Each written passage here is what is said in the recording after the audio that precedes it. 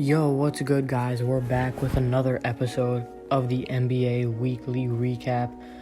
Today we're going to be talking about, some monster performances from big name and small name guys, the injury report in the NBA, and how the playing game looks as of right now. So, first let's take a look at the NBA Players of the Week. Russell Westbrook from the Washington Wizards has been named Player of the Week for the 20th week of the NBA, averaging a crazy stat line of 22, 18, and 17. Westbrook almost averaged a 20-20-20 week this week, and his team went 3-1, while Bogdanović averaged 29 points a game on 62% shooting, and his team went 4-0 as the Jazz continue to stay hot. So both of these players have had extremely great weeks, and they're picking up the pace right now and leading their team to wins that'll eventually help them gain ground in the playoff standings, as the Jazz have a chance to obtain the one seed, as I believe they do sit in the one spot right now with the Suns behind them. The Jazz are at 50, the first team to reach 50 wins. They're 50-18, and they do sit in the one seed right now, 2 games ahead of the Suns, who are in second in the West.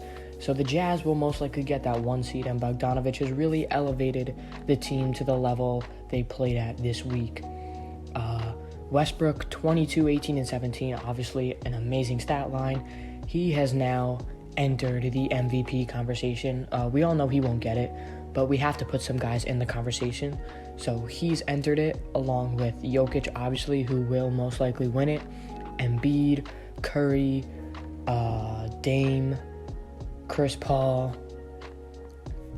so Giannis, guys like that have all entered the NBA MVP race, and a lot of those guys don't realistically have a shot to win it, but we do have to talk about something in the MVP race in the NBA, so that's what we're going to talk about. So now an updated NBA injury report. Celtics star forward Jaylen Brown is expected to have surgery later this week to repair a torn ligament in his left wrist, and he will now be out for the season. Crazy news today, and a huge blow for the Celtics, as they were trying to compete for the final playoff spot, maybe not have to be in that play-in. But now they're either going to be the 6 or the 7 seed most likely, and they're going to have to either play the Nets or the Bucks, which they obviously do not want to do. And without Jaylen Brown, they're probably not even going to be able to get 1 or 2 games off of any of these teams. Brown has been playing like an all-star caliber player this year. He's dealt with some injuries throughout the year. I believe he had a shoulder injury earlier this season, but for the most part, he's been pretty healthy, and he's been playing the best basketball of his career, next to Jason Tatum. So that's a huge loss for the Celtics, as they lose their second best player now, and we have to see Kemba Walker really step it up in the playoffs. I believe he can, because Kemba Walker, we all know, is an experienced, great point guard who can step it up. So he could definitely lead this team along with Jason Tatum to a couple first round game wins, and if they do get extremely lucky and play some of the best basketball of their season, then they could become a second round team, I guess. I don't think it's likely, but it could happen. So another huge stat line is Curry scoring 49 points in only 29 minutes. He had 10 3-pointers, I believe, and in my opinion, he slid into second in the MVP conversation. He slid above Embiid for me. Curry just goes off on a nightly basis, and dropping 40 points with 10 threes is easy for him now. It used to be a huge accomplishment when a guy would get more than 5 threes in a game, or even 4 threes in a game, and now Curry is getting 6, 7, 8 plus on a nightly basis, single-handedly carrying his team to hopefully a playoff spot for the Golden State Warriors. So another game yesterday. So today, this is being recorded on Monday, May 10th. So on May 9th, Sunday, The Clippers played the Knicks, and the fully healthy Clippers went down to the Knicks as Julius Randle and Derrick Rose led the Knicks to a nice win in the Staples Center. And now the Knicks sit a game ahead of the Hawks in the 4th seed out east at 38-30. If the Knicks get 2 more wins, they clinch a playoff spot. And if they get 2 more wins, then they clinch a 40-win season. And if you told me that the Knicks would have even 30 wins in December, I would have called you crazy. And here they are with a chance to have a 40-win season and be a top 4 team in the East.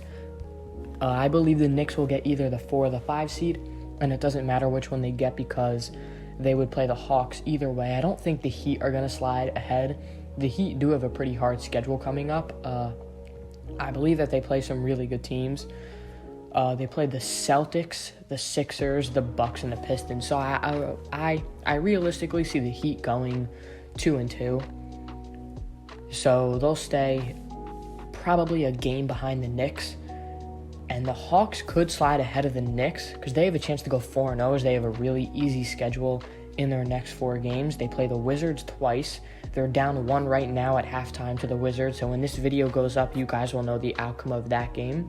The Magic and the Rockets. So the Magic and the Rockets are pretty much free wins, and they have 2 games against the Wizards. So if you're a Knicks fan, you're just hoping that if the Wizards win both games and the Knicks win 2 games, the Knicks are locked into that 4 or 5 seed, which would be an amazing accomplishment for the Knicks considering they're supposed to be a bottom 3 team in the NBA this year. But Julius Randle has become the star that we all expected him to be, and honestly, I don't think anyone expected him to be even this good. But he's became the star that people knew he had the potential to be. I wouldn't say expected because no one expected Julius Randle to be an All-NBA player on the Knicks, leading a team by himself to a top 5 spot in the East. And the Knicks are a top 10 team in the NBA this year. And, a lot of times I have questions about them. I mean, I'm a Knicks fan myself, but I always feel like, I always keep waiting for that game or that stretch of games where we turn into the 2019 Knicks or the Knicks of the past 5 years. And I just haven't seen that yet, which is a great thing to see as a Knicks fan. So, the Knicks have something special going on. They got nice young talent. They have star power with Rose and Randle. They got Burks off the bench, who's a great scoring option. They have, honestly, in my opinion, a Defensive Player of the Year candidate, Nerlens Noel. If Nerlens Noel got the minutes that a guy like Rudy Gobert gets, he would definitely be a Defensive Player of the Year candidate. So yeah, ahead of the Knicks is the Bucks, Nets, and Sixers. The Bucks are a half a game behind the Nets for the 2 seed, and the Sixers are 3 games ahead of the Nets for the 1 seed. So as the play-in right now in the East, it looks like right now we will be seeing the Celtics versus the Hornets in the first play-in game. The winner of that will get the 7 seed, and then the Wizards versus the Pacers for the 9th, and those 2 teams will be the 9th and the 10th seed, and the winner of that game will face the loser of the Celtics-Hornets game, and winner of that game will get the 8th seed. So let's just go to the West quickly. There's nothing too much to talk about in the West, as nothing really hasn't changed from last episode, besides the Blazers beating the Lakers, and the Blazers moving up to a game ahead of the Lakers for the final playoff spot before the play-in. The Lakers now sit at the 7th seed, with LeBron James expected to return tomorrow versus the Knicks. So the Lakers are 38-30. They're at the 7th seed. The Warriors, Grizzlies, and Spurs sit behind them for the final spots in the play-in. The Pelicans sit a game and a half behind the Spurs for the final spot in the play-in. And the Kings are 2.5 games behind the Spurs. So I think that the West play-in is kind of set. I think the Spurs will most likely make that play-in as the 10 seed, and they will face the Grizzlies, and then the Warriors and the Lakers will play for the 7th seed. Loser will play winner of Grizzlies Spurs for the 8th seed. So that's kind of how the Eastern and Western Conference standings shape up now. Let's just take a look at the top half quickly. We have Jazz, Suns, Clippers, Nuggets rounding out the top 4. They have all clinched playoff spots. And we have Mavericks and Blazers sitting at 5 and 6. So the Jazz are the first team, obviously, to get 50 wins. The Suns right behind them at 48 and 20. I think those 2 seeds are locked in. Jazz 1, Suns 2. And then Clippers and Nuggets are battling it out for the 3 and 4 seed. I believe the Clippers will stay at the 3 seed, though, and the Nuggets will get the 4. So the Western Conference standings, besides that 6 and 7 seed between the Blazers and Lakers, seems to be pretty set. So we could probably see a Suns versus Lakers first round matchup, a Lakers versus Clippers first round matchup, or a Lakers versus Jazz first round matchup. So yeah, we're gonna be in for an exciting couple of first weeks of the playoffs, because we have the play-in this year, which will probably see LeBron versus Curry. And out east, we'll see the Celtics versus Tatum, and Celtics versus LaMelo Ball, Terry Rozier, and the Hornets. We'll see Beal and Westbrook. Hopefully they can find a way to play the Nets in the playoffs, as I know we all want to see that Russ versus KD series. And out west, the Lakers are starting to get back on track. AD had a monster performance last night. I believe he had 42 points. And the game-winning block, game-winning reverse alley-oop. So AD looks to be getting back to his full form. LeBron is returning, and he said that now he feels pretty healthy. He said he can run at full speed, he can jump at full strength, and he can make hard cuts on the floor. So LeBron says, or the team says, that he's looking good and he's close to 100%. So, yeah, that's how it looks right now for the Lakers. Donovan Mitchell will probably be out for another week. I mean, the Jazz have the 1 seed already locked in, so I don't think that they're going to rush him back.